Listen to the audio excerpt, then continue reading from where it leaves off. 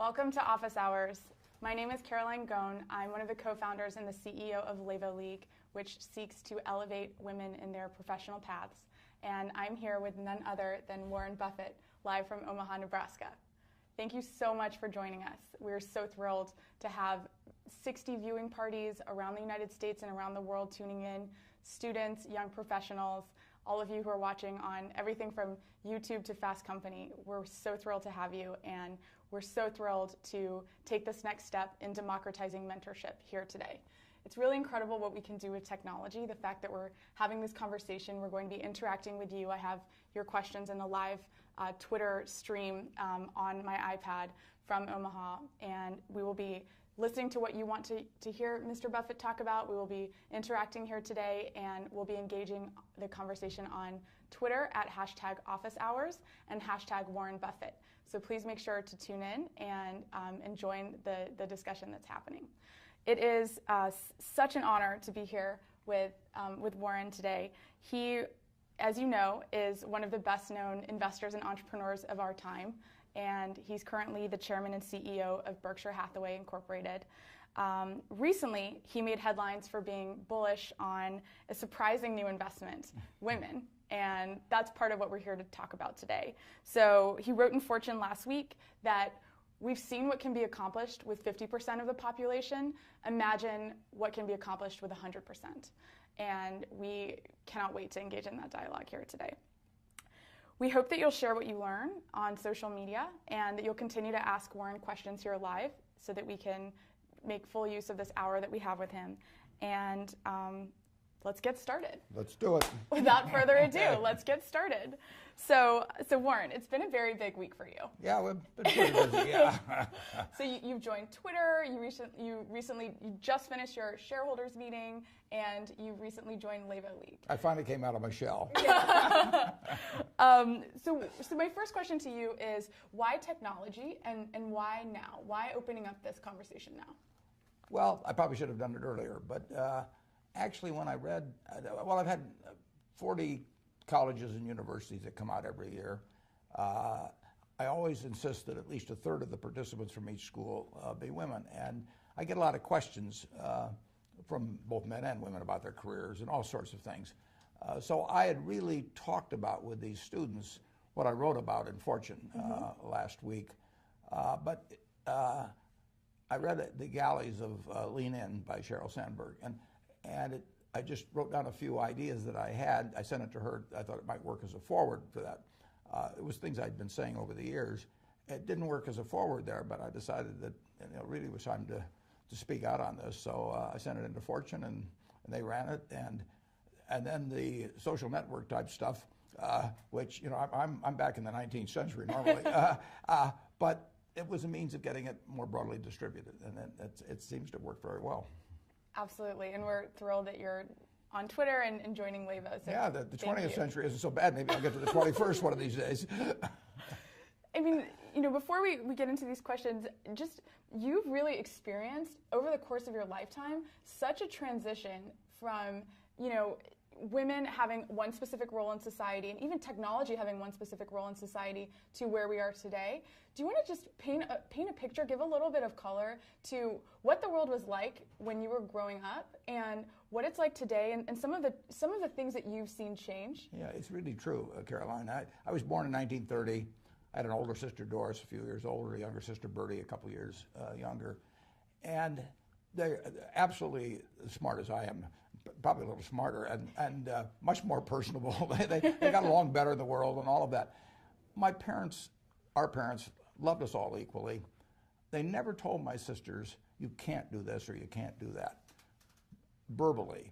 But every message they got from society, from their teachers in every way, was that their job was to marry well, or if they insisted on working, that they could be a secretary or a nurse or a teacher. And essentially they were telling me, again silently in many ways, that the sky was the limit. So we would go to school and we'd get similar grades.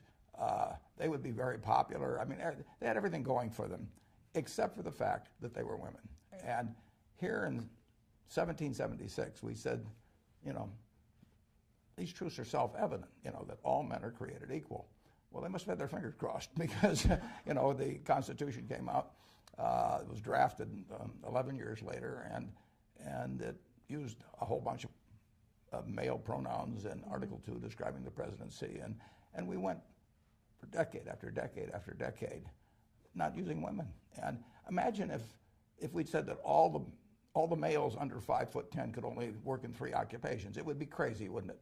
Right. But it's just as nutty, in my view, to say half the population because of their female. I mean, the talent is there, but society just said, you know, if you want to be a teacher, fine. If you want to be a nurse, fine. If you want to be a secretary, fine, but forget everything else. Mm-hmm. So I have seen that change in my lifetime, although change was slow. I mean, we had the 19th Amendment passed in 1920, and as I point out in my article, the next 33 appointments to the Supreme Court were men, and the odds of that being by chance were 8 billion to 1. I mean, so now part of that was just inertia. Part of it was that attitudes dropped slowly, but part of it was that men liked it the way it was.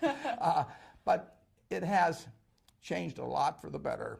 There's still important ways to go, but my business class at Columbia in 1951 had 1 woman in it, you know, and I mean, it was a joke. That's changing. But I also said I've seen this with males too, but I've seen very, very bright women. I used the example of Katharine Graham, who was outstanding.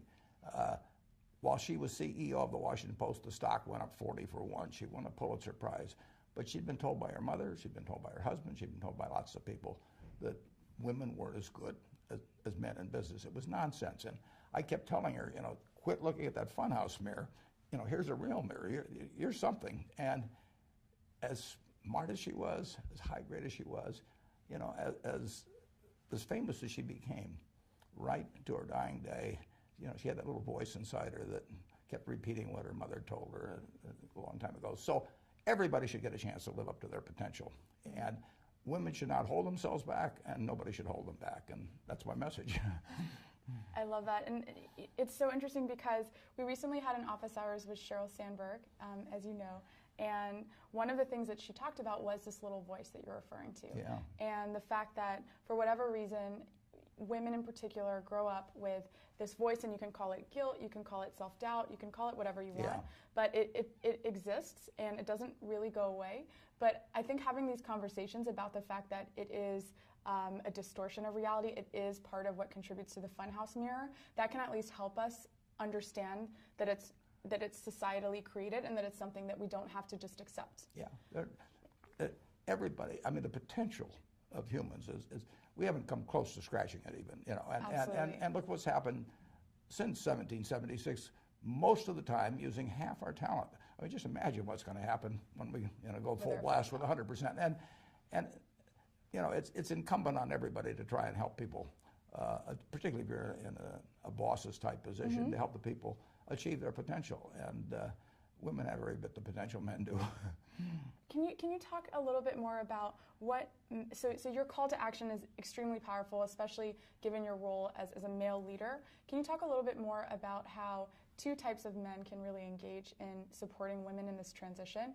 The first type of male is the leader, right? The CEO of a company, the entrepreneur, the person making hiring decisions, the person making board decisions, and the person making any sort of personnel related decision. And the second group I'd be really interested in hearing your thoughts on.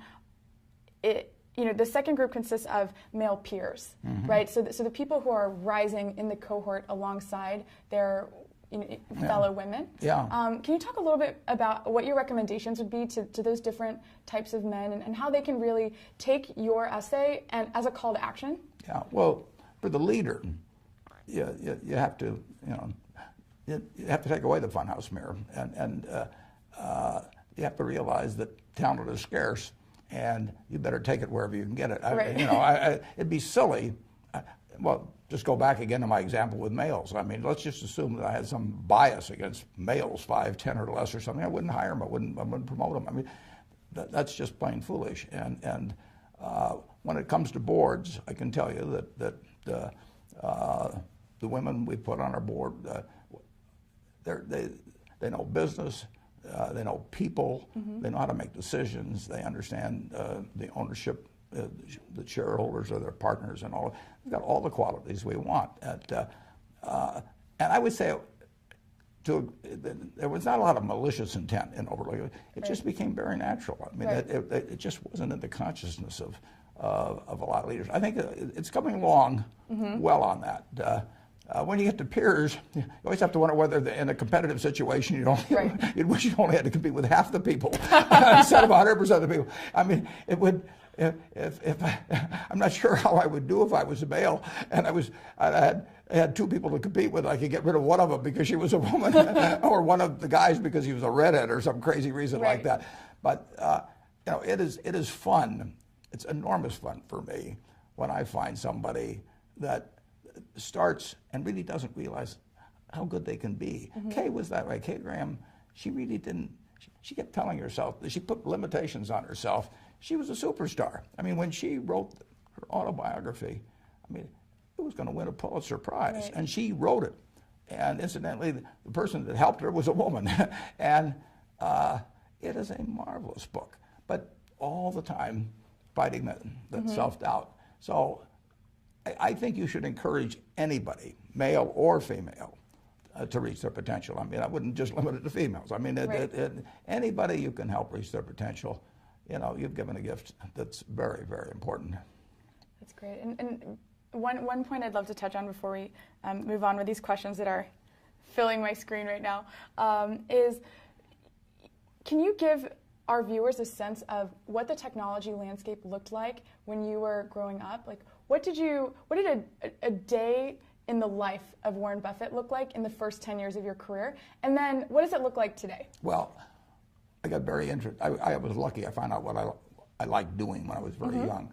So I got interested in investments. But the way I learned about investments then was to go to the Alma Public Library. I read every book on investments by the time I was 11. But when I wanted to learn more about specific companies as I became a professional and after I got out of school, I would mail away for reports, and they would take a week to come, or I'd mail to the SEC, and they'd send me these little microfiche type copies. Today, or if I write my annual report now, and I want to look up and find out how many justices were appointed at the Supreme Court after the 19th Amendment, before Sandra Day O'Connor, I would have had to go to the library and dig around everything. I can find it out in about 2 minutes now. So having all this information, is just plain wonderful. I'm not very good at tech yet, though, so don't give me any quizzes about it. I will not. We're getting there. One thing that our users are really curious about is your working style. So we know anecdotally from some of the people who work with you, you take a lot of care in cultivating your personal relationships. You've had long-standing partnerships. You've really invested in the city that you live in your home. And tell us a little bit about how your philosophy towards people has developed, and how you think about partnerships and relationships. Yeah, well, Caroline, I run a company that has 24 people in the home office here in Omaha, and we have 285,000 people working for us. We probably have 50 CEOs that report to me. Well, obviously, we can't run anything from headquarters, and I don't want to run anything. I do not want to have hundreds of people here and have to think about everything that goes with it. So I have delegated like nobody's ever delegated with a company of this size, and I trust the managers, and most of them are already rich. We buy their companies for hundreds of millions or billions of dollars. We don't get contracts with them to keep working. I mean, they have to go to work every day because they want to go to work, not because there's some contract or because they need the money. So I try to create the conditions that will cause them to really rather be at work than on some yacht someplace, which they could easily afford. And I say to myself, how to get people that don't need to work? Well, you give them something that they love to work on. Right. And, I don't need to work, but I jump out of bed every morning. I'm excited. I come to the office because I think I'm painting this painting, which is Berkshire Hathaway, and the canvas is of unlimited size, and I get to paint, and I get to paint the way I want to paint. And I feel the same thing works for our managers. And, every now and then you have a disappointment, but overwhelmingly, if you put trust in the equation with people that have already shown they have a lot of ability running their business, and it's real trust, and they don't report to committees at headquarters or do anything like that. We've never had a committee meeting. We don't have any committees, so how could we have one? And overwhelmingly, those people do a good job, and then they deserve appreciation when they do it. I like applause, and if I like applause, I'm sure they like applause. And what they really like is intelligent applause from a real critic, and they get that when they get that from me. And in terms of people working with, my partner is a fellow named Charlie Munger in Los Angeles. We started working together 54 years ago. Wow. We are very strong-minded. We often disagree.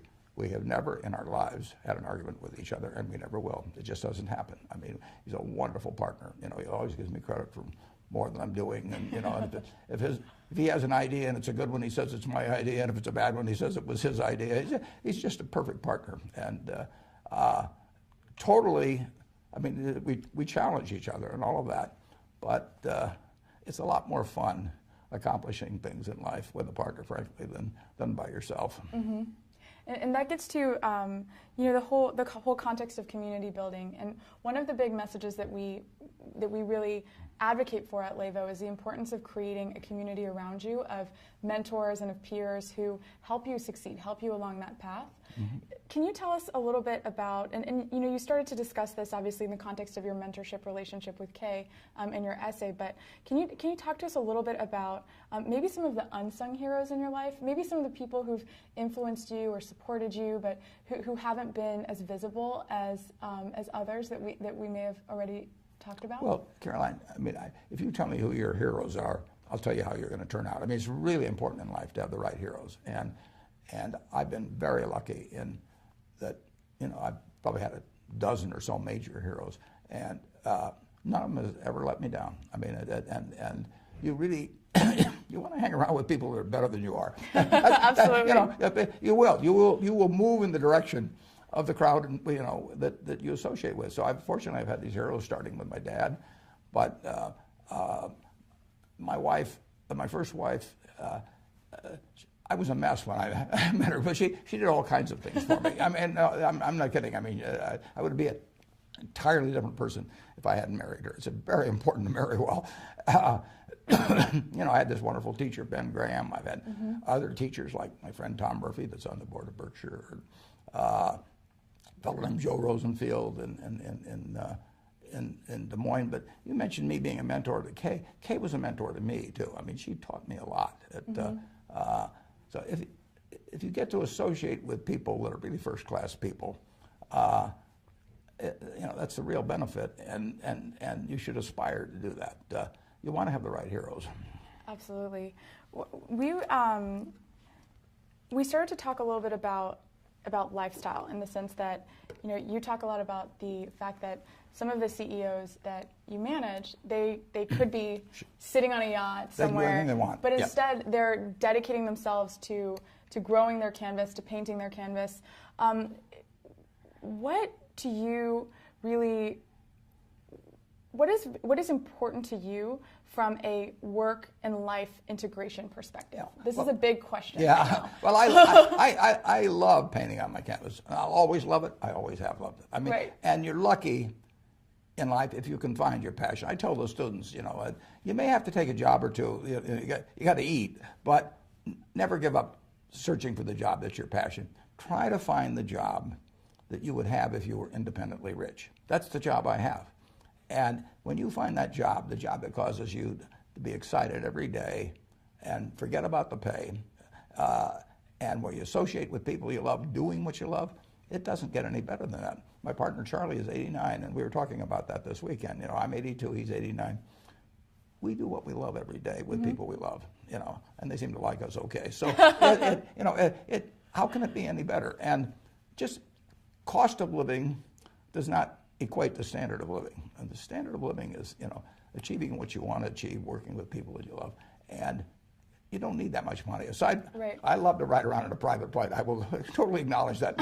Leaving that out, I basically, leaving out taxes and charity and things like that, I can easily live on $100,000 a year. And I wouldn't live better if I had 8 houses, if I had, a 400-foot yacht or anything of the sort. I've been on 400-foot yachts, and I've been in a lot of fancy houses, but I'm in a house that I bought 55 years ago. It's warm in the winter, it's cool in the summer, it has everything I wanted, plus it has all kinds of good memories. You know, right. my kids have good thoughts about it. I can't imagine living any better. I paid $31,500 for it. I could pay $31 million for a house, and it wouldn't do for me what this present house does. We have a question from Carlton in Philadelphia, and she asks, at what moment did you know that you were on the right track? So when did you identify that you had found that passion, that you were painting the canvas that you wanted to continue painting? Well, that's where I was lucky, because I did stumble into the fact, my dad had a small brokerage firm, and I would go down on Saturday morning and to go to lunch with him, and it was a big deal. But in the morning when he worked, I would read the books there, and so I found it very early. And not everybody does that. That's just plain luck when that happens. So I always knew the path I wanted to follow, and I was intellectually okay with it from the start, but I got messed up to some extent when we moved from Omaha to Washington. I didn't adjust very well, and my grades were terrible, all kinds of things. So I got very off the track, and it took my wife, basically said she just had to have this little watering can that she sprinkled on me, and finally the flowers bloomed. But it took a while, and I was very fortunate. One of our members is actually asking as a follow-up question.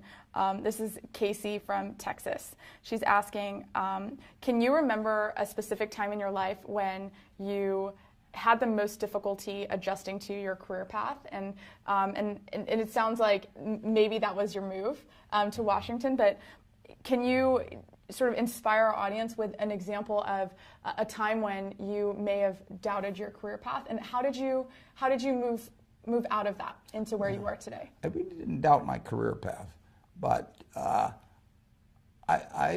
was not functioning well. I was okay in some respects, but not in other respects. And I was terrified, for example, both in high school and college. I don't know when it started, but I became terrified of public speaking. And I just couldn't do it. I mean, and so I arranged all my classes so I never had to do any public speaking. And I got to Columbia, and I saw an ad in the paper for Dale Carnegie course. And I went down, it was somewhere in the mid-40s, and I gave the guy a check for $100, and I went back and stopped payment. I lost my nerve. And then I came out, I got out of Columbia actually when I was 20, and I came out to start selling securities in Omaha. And I realized I had to get up and be able to get up in front of people. I couldn't go through life this way. So I saw an ad again in the local paper that there was a Dale Carnegie course being given. I went down and I gave the fellow $100 in cash. And I became associated with 30 other people in the class. We couldn't stand up in front of a group and say our own name. I mean, it was pathetic. But that class changed my life in a big way. Wow. As a matter of fact, they used to give a pencil every week for whoever did the most with what they learned the previous week. And during that class, I proposed to my wife, and she accepted, and I won the pencil that week. Oh, wow. So it's important. I mean, you've got to be able to communicate in life, right. And it's enormously important. And probably the schools, to some extent, underemphasize that. I mean, you can start going for an MBA, and people think it's kind of beneath them to teach you about communication. But if you can't communicate, if you can't talk to other people and get across your ideas or write, you're giving up your potential. And anybody that's got a career potential of X, I guarantee it'll be 150% of X if they really learn how to communicate well. So that was a big part of really succeeding in my career. When you get right down to it. And then I was fortunate enough to pick up a book when I was 19 by a great teacher, Benjamin Graham, and he taught me a lot about investments, but it was really my dad and my wife that taught me about life. So is your number one, so multiple people, including Devin here from Charleston, asked, what's the one piece of advice you would give to a fellow introvert? And we talked a little bit before this about the fact that this is not in either of our comfort zone as fellow introverts. Yeah. So would your advice to a fellow introvert be to just sort of confront that fear, go to a communication class, and just practice out of the fear? You have to do it. I mean, you have to do it, and the sooner you do it, the better. I mean, it's so much easier to get the right habits when you're young than work later on. And I mean, I think they have Toastmaster clubs. I don't know what they all are, but if they're you know, to get over fear of associating with people, you got to go out there and associate. And it's painful. Mm-hmm. It's very painful. When I finished the Dale Carnegie course, now I'm 21, proposed, got accepted and everything, but I was very worried that I would lapse back like I was before. So I actually went up to the University of Omaha, and I want to teach. Mm-hmm. And fortunately they accepted me. So I started teaching a class at night when I was, I believe, 21. And you know, you've got to do. You got to force yourself sometimes to do things, and I know it isn't easy because it wasn't easy for me. When I started selling securities, I was 20 when I started selling securities, and I would go out. I used to walk around downtown Omaha and call on people, and there were people that I knew weren't going to be that friendly sometimes. And I'd walk around the block 3 or 4 times sometimes before I'd walk in. Work up the nerve to get in there. Absolutely, you know, it's not a bad thing to take a job as a salesperson, mm-hmm. just to interact with people. I used to sell shirts at JCPenney company. You know, I sold men's suits, I sold children's clothing, and if you are somewhat introverted, like you say you are, and I know I am, just getting out there and forcing yourself to get into a situation where you talk with people. Most of them don't bite. You know, you've been in a teaching role, and you've been in a student role. And what would you say, this is a question that we're receiving from Carly, what would you say is one thing that you feel that the American educational system can do a better job of equipping our young people with? Well, the job of teachers is to enable the students to reach their potential. Mm-hmm. And you know, a great teacher, I've got a program that, I don't know, now for 25 years, we give awards to students that are nominated as great teachers, 15 of them every year. I mean, a great teacher, it's a gift, you know. And in A Man for All Seasons, somebody comes to Sir Thomas More and says, "What should I do?" And he said, "You should become a teacher." And the young man says, "Why?" Nobody will ever know. And the fellow says, Sir Thomas More says, "No, that's not correct." He says, "You'll know, your students will know, and God will know." He said, "Not a bad audience." Not at all. Actually, Danielle from Canton, Ohio is asking, what are you currently reading? What's on your book stand right now? On my book stand, I was about 100 books piled up. I love to read. I don't read as fast as I used to, but I've always loved to read, and I like to read biographies. I just read the book, The Patriarch, about Joe Kennedy, for example. Mm-hmm. I love reading biographies. If you get one message from our talk today, read Katharine Graham's personal history. It's a remarkable story. It's about a woman who lived an incredibly interesting life in all these positions. I mean, she was seeing the world, a very interesting world from the most interesting perch. And the amazing thing about it, it's totally honest. It's a totally honest book. When I read the galleys of that book, I called her after I read it, and I said, "I've got just 2 things to say to you, Kay." I said, "You wrote the book, I hoped you'd write." And then I said, "I'm never going to try and write a book because yours is too honest." I said, "In my book, I want to look like Arnold Schwarzenegger, and you know, I am not capable of writing an honest book. So you set a standard I can't meet." That's great. So Katie Larkin Wong from San Francisco, she's actually leading a viewing party at Latham Watkins right now. Hi, Katie. How are you? Hi. She asked, you know, you've really become a proponent of you know, female to male and male to female mentorship, and you know, you shared the story about Kay that you wrote about so eloquently and so compassionately. And you know, what advice would you give to young women who are seeking male mentors? And what advice would you give to men who are in positions where they would like to help young women succeed as mentees? Yeah, well, I never really thought. I mean, these relationships all just evolved. I mean, I didn't set out to become a mentor to anybody, but I have plenty, you know, that helped me. You know, it's amazing I didn't realize this when I was in school, but it's really amazing how the person that really wants to do a terrific job, you know, and arrives a little early and does a little extra work, they just jump out. There aren't that many. So you will be perceived as exceptional and as a worthy, you know, person for a superior to spend some extra time with, if you just do something extra all the time. Right. You know, and don't be 5 minutes late, be 5 minutes early. All of this Ben Franklin stuff, you know, I mean, it seems very elementary. Right. But it's true. It's true. I mean, I notice, well, I hired a young woman 3 years ago. We have practically no hire. We don't hire at Berkshire. I mean, it's very rare. And she just jumped out at me to some extent. She ran something called Smart Women's Securities with another woman. And she clearly, you know, she had the stuff. And at first I couldn't even figure out a job for her. And then she actually came from a farm in Kansas, so she started bringing me corn and tomatoes. She knew I liked to eat corn. So bring your mentor snacks. You got to in a very nice way sort of push yourself a little bit forward and make it clear that, you know, you're worth spending some time with. I mean, you know, I mean, who should you spend your time with? You want to spend it with somebody that's going to get something out of it, and you want to enjoy it. So there are ways to get your hand up, you know, and I think actually Cheryl writes the book. I mean, and actually Tracy told me that she went to Harvard Business School, and the women just didn't raise their hand as often as the men. You know, I raised my hand all the time, you know, when I didn't even deserve to. And you want to get over the idea, as I wrote in the article, you know, the males, there's a lot of Wizard of Oz in us. I mean, you know, you get behind the curtain and you find out that it isn't quite that imposing.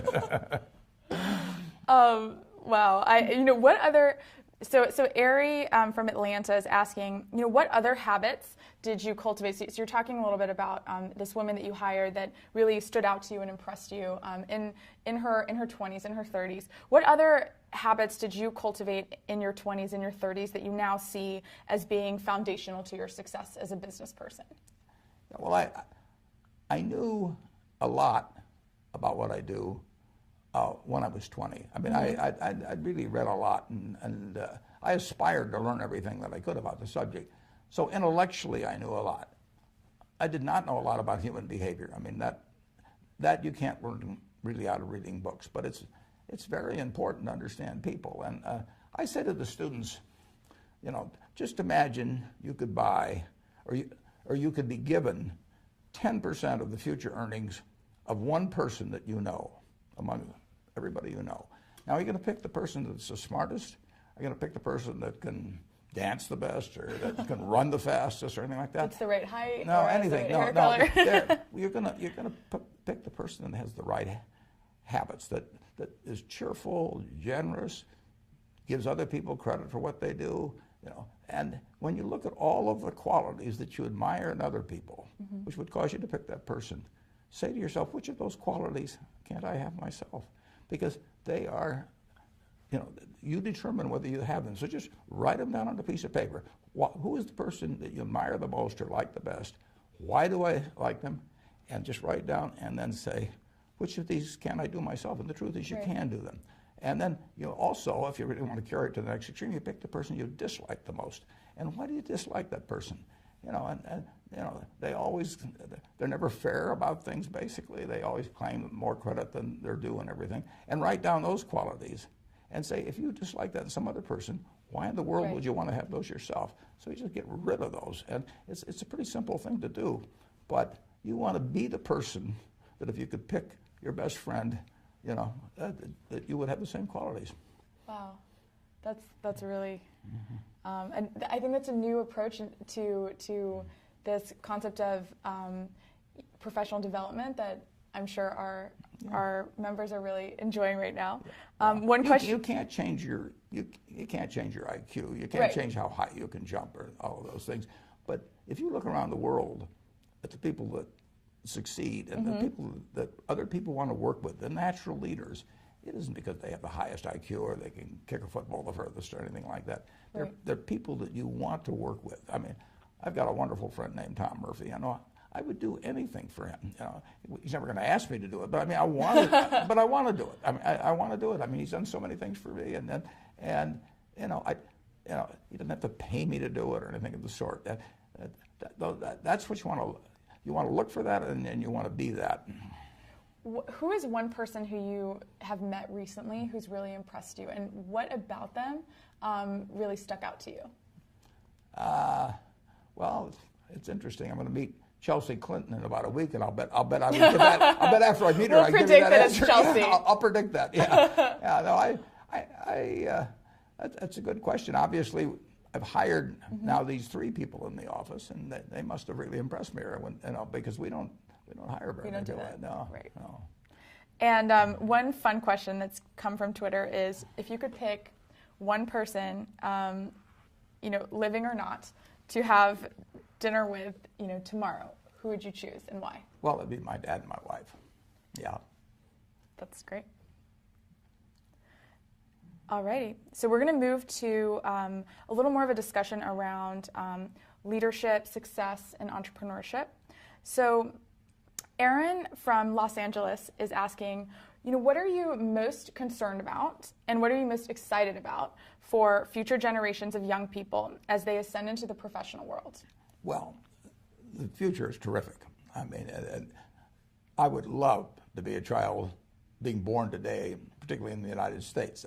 It's so much better. And I mean, just think how much better it would have been for my sisters if they'd been born today or been born 10 years ago than being born around 1930. So, the potential is absolutely terrific. The thing we have to worry about the only thing really to worry about, you have to worry about economic things in this country. I mean, this country is going to move forward just like it has. In my lifetime, the real GDP per capita has gone up 6 for 1. Wow. There's nothing like that in the history of the world. We have to worry, and really, it has to be done through our leaders, but about nuclear, chemical, and biological, the spread of the knowledge of that into the hands of people that wish evil on their neighbor one way or another, because the ability to inflict harm on others has increased exponentially ever since the atom bomb in 1945. And there are a lot of psychotics and sociopaths and people out there. And if you go back a few thousand years, all you could do is throw a stone at the guy in the next cave. But now you can do a lot of damage. Right. And that's the cloud always on the horizon. But other than in the economic sphere, in medicine, education, all kinds of things, the potential is, we just started. Right, absolutely. We talk a lot about the fact that we are very fortunate to have been alive during this period of complete information transformation and technological transformation. And it's unbelievable. Right. I mean, in the last 15 or 20 years, I mean, the things I can do now right. that I couldn't do 15 or 20 years ago, it's incredible. Just in gathering information, but also I play bridge on the computer, a dozen hours a week, and I have so much fun doing that. And I can arrange a game in 30 seconds. And it used to be I had to call people and they'd get them together. Right. It's a wonderful world. Who is your favorite bridge partner? Well, my favorite bridge partner is Sharon Osberg, who lives in San Francisco. She's a 2 times world champ, and I'm 2 times world chump. But we have a lot of fun together playing, and she's been great. I mean, we started playing together 20 years ago, and it's because of the computer. I can play with her, obviously, if she's in San Francisco. Right. And bridge is a partnership game. I mean, it's almost like dancing, intellectually, because you really have to be in tune with the person you're playing with, and you have to bring out the best in them, and they have to bring out the best in you. And not all couples achieve that. Right. Sharon and I like to play against married couples sometimes. When they get mad at each other, they stay mad. And they do foolish things. So my parents have been trying to convince me to learn bridge for about 25 years. So I am now officially converted. If Warren Buffett thinks that bridge is a valuable intellectual exercise and partnership exercise, done. I will now commit to playing bridge. You'll be good too. Thank you. And I will return to Omaha and challenge you. Good. Good. I'm not going to play you for money. You look tough. So what do you? So people are reacting so quickly. So Shocker from New York just asked, speaking of habits and speaking of games like bridge, what other daily habits do you have, and which ones do you find to be the most rewarding? Well, I am really a creature of habit, but I read at least 5 hours, probably 6 hours a day, and wow. I just like to read. Now, a lot of it ties in with the business I do, but I enjoy it. I wouldn't be doing it otherwise. I mean, if I'd rather be out on a yacht or out playing golf all the time, I'd do that. But I just love getting more information, and I like building Berkshire. It is my canvas. So I spend a lot of time doing that. I play some bridge.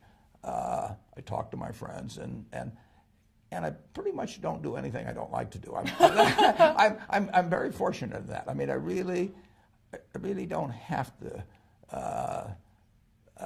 do almost anything. I mean, right. I don't. I would not like to be president of certain organizations because there's so many obligatory duties. Lots of speeches or something of that sort. And I am pretty much in command of my own time. And you can say, well, it's kind of a crazy way to spend it, but I have a lot of fun doing it. One question that we've received from Twitter is around the cultivation of time.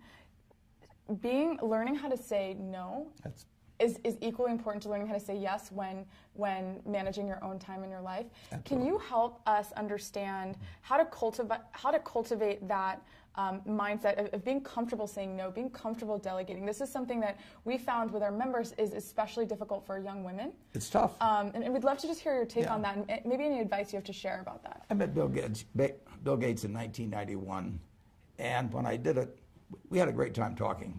He thought he was going to hate it, and I wasn't too keen on it either. And about 10 hours later, we were still talking. But what really got him is when I pulled out this little date book. I'm probably the only guy in the United States with one of these still. Oh, no, I have one over there. And I just flipped through it, and there's practically nothing in it. And Bill was really impressed by that. And you've got to keep control of your time, and you won't keep control of your time unless you can say no. Mm-hmm.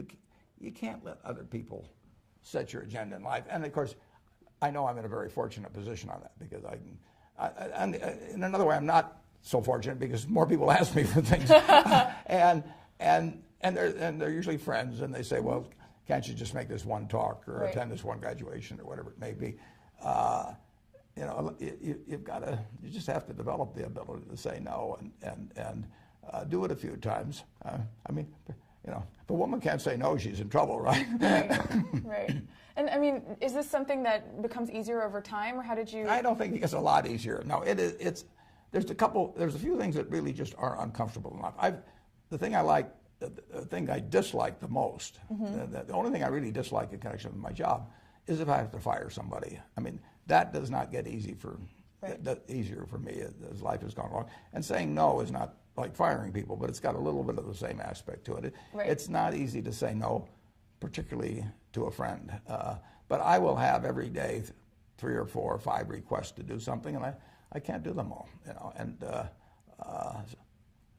But I'm not promising it gets easier. but just keep doing it. Right. Otherwise, other people will be running your life. I think so you referred to hiring and firing, and just kind of going back to some of the more important discussions that have to happen in the context of an effective business. Shannon, in particular, from Florida, is asking, what tips do you have on how to really negotiate your worth in the workplace? Whether it's negotiate your salary. We had Equal Pay Day recently, and that's something that we really worked to teach our members how to do. Like, what advice do you have? Well, that was one of the interesting things, because in Cheryl's book, she talked about when she went home and sort of was going to take the first offer someplace, and her husband told her, you're crazy to take the first offer. You ought to negotiate. I've actually had a little different experience in life. I wanted to go to work for my hero, Ben Graham, after I got out of school, and he said no, and I came out here and worked for a few years. In 1954, he said, Warren, next time you're in New York, I'd like to talk to you, and I sort of figured it was going to be a job opportunity, so I was there the next day, practically, and he said, yeah, we'd like you to come to work for us. I never asked the salary. I took the job. I mean, I knew he was going to be a fair person, and I did not know my salary until I got my first paycheck. We'd moved to New York with a baby and one on the way, and I'd gotten an apartment, and I found out what I was earning at the end of that time. I do very little negotiating with people, and they do little with me in terms of it. And Cheryl, said that, and maybe if I was a woman, it'd be different because they might be treating me unfairly. Right. But I don't think when you find who you want to work for and what you want to do, I don't really. I wouldn't believe in negotiating much. Although, like I say, if I was a woman, I thought I was getting paid considerably less than somebody else that was equal coming in. That would bother me a lot. I probably wouldn't even want to work there. I mean, I'd probably want to. If somebody's going to be unfair with you in salary, they're probably going to be unfair with you in 100 other ways. So I disagree a little with Cheryl on that. And one of, we have about 10 minutes left, so I'm going to, give you about two or three more questions from our audience here. Okay, great. And we have a question here from a young lady named Nancy, who is writing to us from Entrepreneur Magazine. Mm-hmm. And she has a question about entrepreneurship. And, obviously your path as a very successful entrepreneur. She would love to understand from you, if success is contingent on a good plan, excellent education and execution, and a driven mindset, what do you think makes businesses fall apart when all of these factors have been met?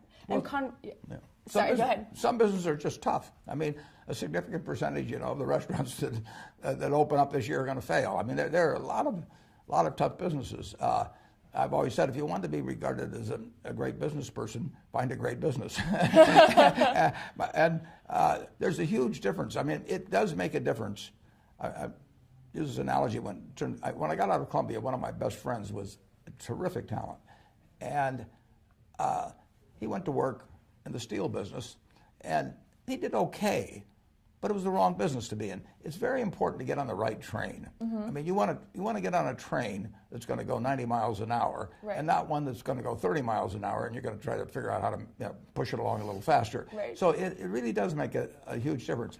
And there are some businesses that are inherently, there's far more opportunity in than others. So you want to give a lot of thought to what train you're getting on. And I owned a half interest when I was, 21 or 22, in a service station, a Sinclair service station with a pal of mine in the National Guard. It was a lousy business. We had a guy right next to us, and he kept selling more gallons of gas than we did. He would cut our prices and everything. I mean, I don't care if you're a combination of Steve Jobs and Larry Ellison and everyone else. You're not going to succeed if you got a guy selling gas below cost next to you. So it's important to get on the right train, and you really want to go to work for somebody you admire. Or a business you admire. I mean, you're going to do so much better if I'd gone to work for my friend Tom Murphy. It would have worked. Who knows what the first job would have been or the second job? But I would be learning every day from him. Not only the mechanics of a business, I'd be learning how to work with people. He would raise my sights. So you really want to be working for somebody you admire. If you're working for somebody that causes your stomach to churn, right? Maybe you have to keep doing it, to keep eating for a while, but don't settle for it. Okay. And you talked a little bit about, your experiment with this station. We have a question from Ismail from Fresh Meadows, and he's asking, how do you deal with failure? And what's your advice to young entrepreneurs like me, in this case, especially with regards to failure and how to approach it? Yeah, well, if you fail, you really do dust yourself off and get right back in. I mean, you're going to fail at some things. You're going to have some human relationships that don't work out. Fairly significant number of people get divorced. I mean, that's a very big decision to have turn out badly. But I think if you study almost everybody and read Kay's book, Personal History, and everybody fails at some things. Right. I mean, particularly when you're younger. I mean, you do have less experience in evaluating humans and just knowing about whatever it may be businesses. But it is not fatal. I mean, if you're healthy and you live in this, particularly living in this country, there's going to be an opportunity that comes along. I got turned down for the Harvard Business School when I got out of the University of Nebraska, and I remember, I went to Chicago to get interviewed. This is when you traveled on the train, and so I spent 10 hours going there, and this fellow looked at me, and about 10 minutes he said, forget it, Bell. Wow. And now I got to go back on the train 10 hours and think, what am I going to tell my dad? About it, what right. am I going to tell my dad? I mean, my dad always told me I could do anything, and everything. Right. Now I've just gotten turned down, but it turned out to be one of the best things that ever happened to me, because then I went to Columbia where Ben Graham was. In fact, it probably even affected who I married, because I took a 1-year course at Columbia instead of 2 years at Harvard, and she might have found some other guy during that time. Almost everything in my life that looked like a failure has either usually it's turned into a success. I mean, the world isn't over.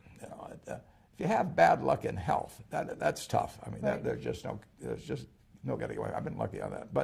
But the other kind of things, if you're healthy and you're bright and you've got decades ahead of you, if something goes wrong, if you find yourself working for the wrong employer and they're doing things you don't approve of, or they're not treating you fairly, the world isn't over yet. Right. You just go out and find somebody else.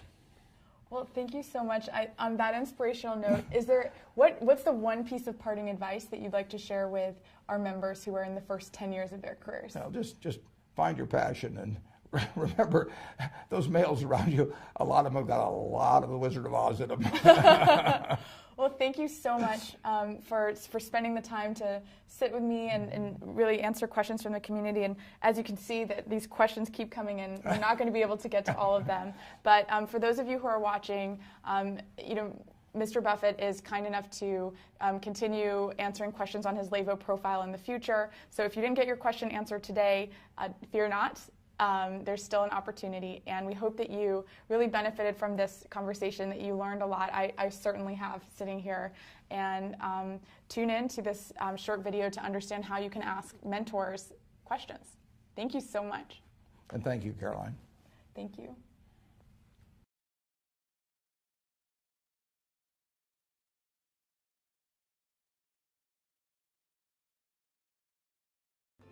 Have you ever thought, what exactly is a mentor, and where am I supposed to find these amazing people? Mentors are one part of the success equation, and Levo is here to help. Levo mentors have experience and insight from overcoming their own professional challenges, and a passion for sharing their stories with you to help you elevate your career. Usually, the first step to getting a mentor is exchanging advice and building rapport. So we're thrilled to introduce a new feature called Ask a Question. Connect with the Levo mentor by clicking follow under their name and image. Request advice by typing your question into the Ask box. You're welcome to make your question private, but we encourage you to keep it public, because a mentor's answer to your question just might spark an aha moment for another member. Not ready to ask your own question? Just follow others, and you'll still get great advice.